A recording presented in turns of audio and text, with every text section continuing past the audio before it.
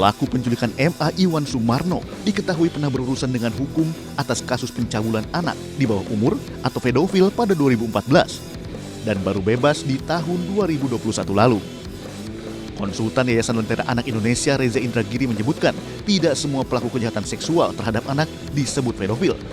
Namun para pelaku pedofilia harus diwaspadai karena cenderung akan mengulangi kembali perbuatannya.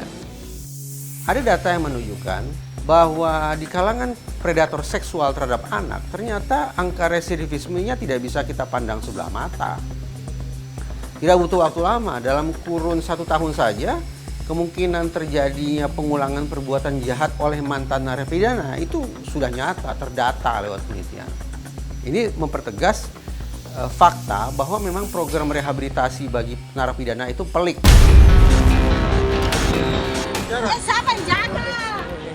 Selain di Jakarta, kasus penculikan baru-baru ini terjadi di sejumlah daerah. Di Kendari, Sulawesi Tenggara, seorang bayi laki-laki berusia 9 bulan diculik saat sedang dalam gendongan. Menurut ayah korban, peristiwa tersebut terjadi begitu cepat. Saat dirinya menggendong bayi dengan menggunakan kain sarung, tiba-tiba datang seorang pria membawa senjata tajam jenis parang. Pria tersebut langsung merampas bayi yang tengah digendong. Bahkan pelaku sempat melukai tangan kiri sang ayah dengan menggunakan parang karena mencoba melawan. Pelaku kemudian berhasil merampas bayi dari gendongan sang ayah dan langsung melarikan diri menggunakan sepeda motor.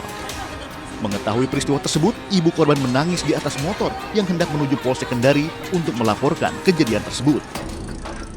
Tidak lama dia menyerang, itu dia rampas anak saya, coba lawan, hampir saya kena tangannya, hampir dipasang saya di leher, saya mundur lagi. Saya mau ambil lagi anak saya tidak balik, saya tidak parang. Terus langsung lari, dilihat mamanya di depan. Iya. Itu posisinya anaknya Pak pertama di mana? Di dalam rumah atau memang di luar? Saya gendong, biasa ada pakai kain itu. Cuma jalan-jalan nangis terus begitu. Iya. Usai menerima laporan kasus penculikan anak, petugas kepolisian dari Polresta Kendari bergerak cepat melakukan pencarian. Korban berhasil ditemukan tak sampai 24 jam.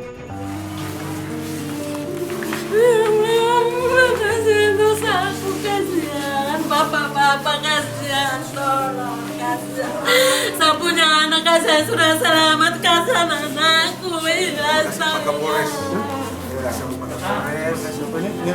Ini mama nak, mama kasihan nak, mama ini nak, kasihan ini ayo kasihan, kasihan anak. Sudah ngantuk dengan semangat ya. Kasihan anak.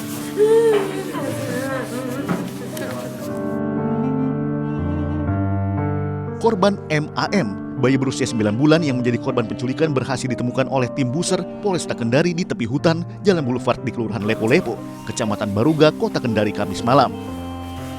Usai ditemukan, korban menjalani pemeriksaan medis oleh dokter Rumah Sakit Bayangkara Kendari. Selanjutnya, korban diserahkan kepada kedua orang tua oleh Kapolresta Kendari. Alhamdulillah, pukul 23.30 tim kami sudah menemukan yang paling utama menemukan anak yang diambil dirampas dari bapaknya. Setelah ditemukan oleh tim kami, segera langsung diarahkan untuk mengecek kondisi anak tersebut. Dari perjalanan dari penemuan di TKP sampai sini alhamdulillah sehat. Saya merasa bersyukur dan lega. Ya bagaimana kalau bahasa ini kayak terima kasih kepada Pak Kapolres. Saya terima kasih banyak. Pokoknya kalau tidak terhingga terima kasihnya ini kalau anak itu cuma terima kasih mamanya iya. Jadi saya banyak terima kasih kepada Pak Kapolres ini.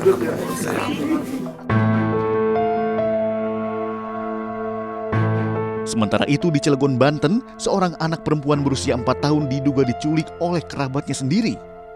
Korban dibawa terduga pelaku ke sebuah pusat perbelanjaan di kota Cilegon, lalu kemudian dibawa kabur. Orang tua korban kaget melihat kejadian tersebut, terlebih korban dalam kondisi sakit. Memang gimana ceritanya? Kata anak saya ini begini, Pak. Ya abang dibawa ke warung, dia minta anterin ke warung sama saya sama Dede Empit. Nah, minta ke warung tuh untuk beli es. Setelah saya tunjukin warungnya itu di situ, kata si omnya ini ngomong jangan beli di warung situ, kita beli di depan aja ke Matahari Lama sambil beli makan. Nggak taunya bukannya beli makan malah naik angkot yang jurusan Serang turun di Ramayana Cilegon.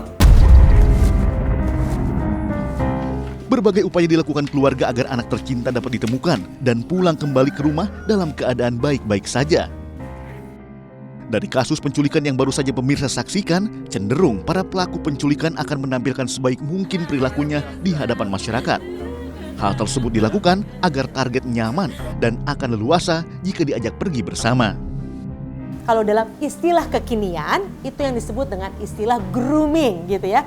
Bagaimana mereka berusaha membangun hubungan emosi yang kuat dengan orang tua, dengan orang sekeliling anak, sehingga orang-orang di sekeliling anak tidak akan merasa curiga sama sekali. Dan yang kedua, bahkan mempercayakan kehidupan sang anak pada sang penjahat itu. Begitu mereka sudah berhasil mendapatkan kepercayaan dari sang anak dan juga keluarganya, barulah kemudian mereka bisa melakukan hal-hal keji yang tentu saja dalam hal ini tidak ingin kita terima atau kita peroleh kepada anak kita dimanapun. Berdasarkan data yang dihimpun KPAI sepanjang 7 tahun terakhir, lebih dari 30 anak hilang dan menjadi korban penculikan setiap tahunnya. Kasus penculikan anak tertinggi tercatat terjadi pada 2016 sebanyak 36 kasus. Sementara hingga November 2022 terdapat 27 kasus penculikan terhadap anak yang belum berhasil terungkap. Disinilah pentingnya peran keluarga terutama orang tua untuk berperan aktif, menjaga dan melindungi buah hati dengan membangun hubungan dan komunikasi yang baik. Agar anak-anak kita tidak perlu mengandalkan cinta orang lain sehingga mereka juga tidak mudah percaya kepada orang yang baru dikenal. Memang kelihatannya sederhana. Kata kuncinya adalah komunikasi. Artinya kita memang harus terus mengupdate informasi kepada sesama anggota keluarga ataupun kepada anak kita sehingga kita tidak mudah terbujuk oleh tipu daya orang-orang di luar sana yang memang punya niat jahat. Tidak semua orang baik berniat jahat, tapi kita tetap perlu waspada. Secara umum, anak mempunyai hak asasi untuk mendapatkan perlindungan. Namun perlindungan tersebut nyatanya belum tercipta secara utuh. Hingga kini masih terjadi tindakan-tindakan kejahatan terhadap anak karena anak menjadi individu yang paling lemah dalam tataran umur dan kemampuan untuk melindungi dirinya sendiri. Jadi jangan bilang Anda tidak tahu dalam permasalahan ini, karena kami sudah memberitahukannya.